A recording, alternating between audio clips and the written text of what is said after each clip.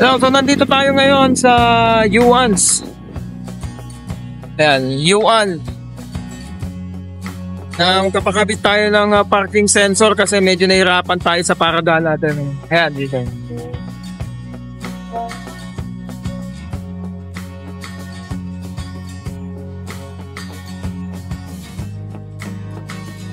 Sila sa Los Baños. So may mga ganito rin sila si cover. Agad-agad sinimulan na rin yung pagkakabit, pag-install ng parking sensor. Ang una nilang ginagawa, nilalagyan nila ng markings.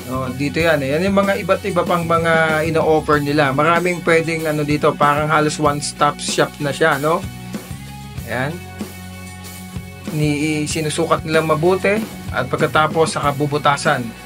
So makapal-kapal nga daw ang ating bumper, ang plastic ng ganyan talaga mga 90s mga Honda Civic 90s hanggang 2000 matitibay yan. Kapal talaga.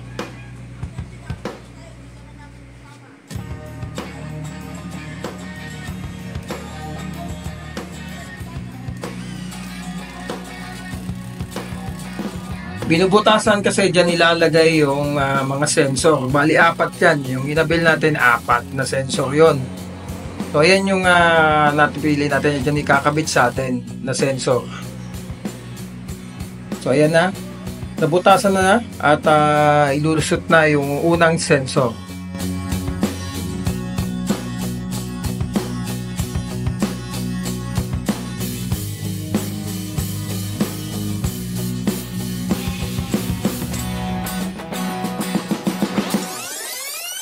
So, si boss naman ay nandito sa may trunk, hinuhugot niya yung wire na galing doon sa loob. Galing na doon sa pinaka-monitor device. Tapos, hinugot yung ating taillight kasi doon patadaanin nila yung wire. Ayan na.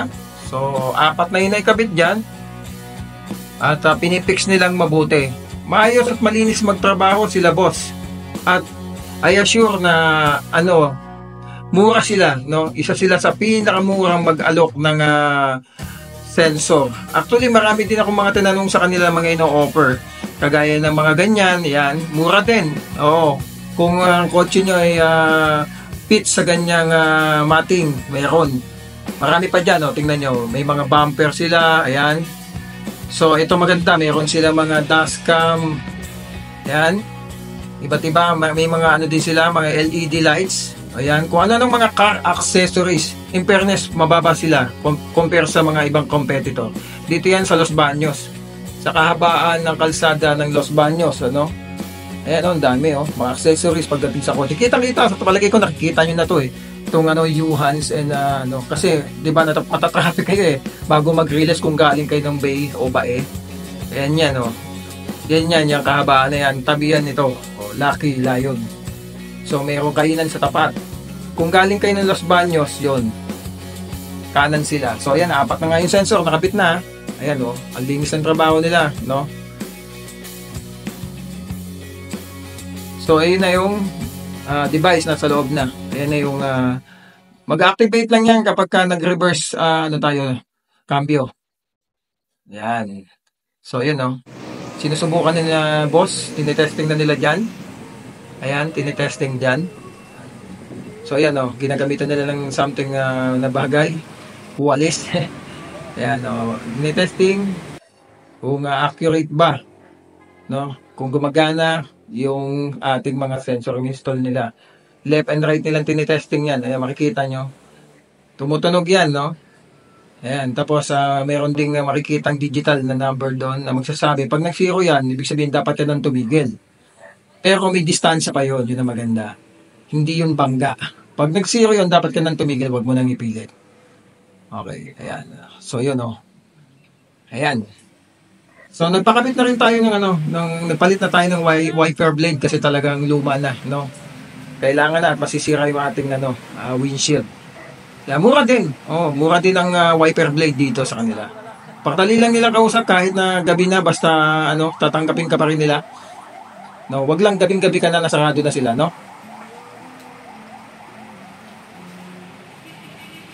So yan, maraming salamat kay Tropa. Dyan. Jan, ayan. Oh. Emer, kilala mo to, si Jan. Okay. Dito lang yan sa Iwan and ano yun? Asia. Yan. Dito sa Los Baños, madali lang. Kahit gabi na, in-accept pa rin tayo. So, magaling goods. Dali lang, pagka galing kayo sa, ano, sa Bae, sa Marine Bae, makikita nyo yung left side, bago mag-ano ba yun? Riles, no? Bago, pagkatapos bago mag-release, tapos pagkagaling ka naman ng Los Baños, pagkatapos ng crossing, bago mag-release din, kanan naman. Okay, yun lang, madali na makita. Okay? Back on. So ayan no, yung ating ano, parking sensor. So left and right yan. Ayan, makikita nyo left and right yan. Tapos mag-i-engage yan o mag-activate yan, mag-on yan kapag nag-reverse tayo. Ayan, halimbawa ito, i-reverse ko to. Para natin ang preno. Ayan. Saka siya iilaw. So ibig sabihin, kaya siya nailaw left and right, meron siyang malapit na portion na nakapark doon sa likod. Kasi kung makikita nyo, meron sasakyan doon sa likod natin. So papakita ko yung 1.0 kung gaano kalaki.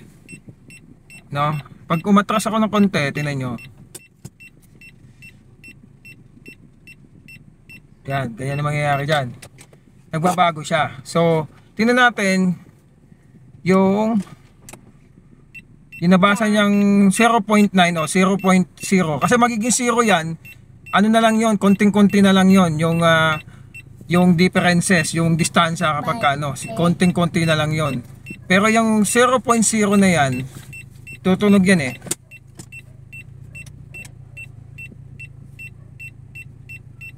Yan. Yan 1.0 0.6. Yan, tingnan nyo. Tingnan natin kung ano yung 0.6.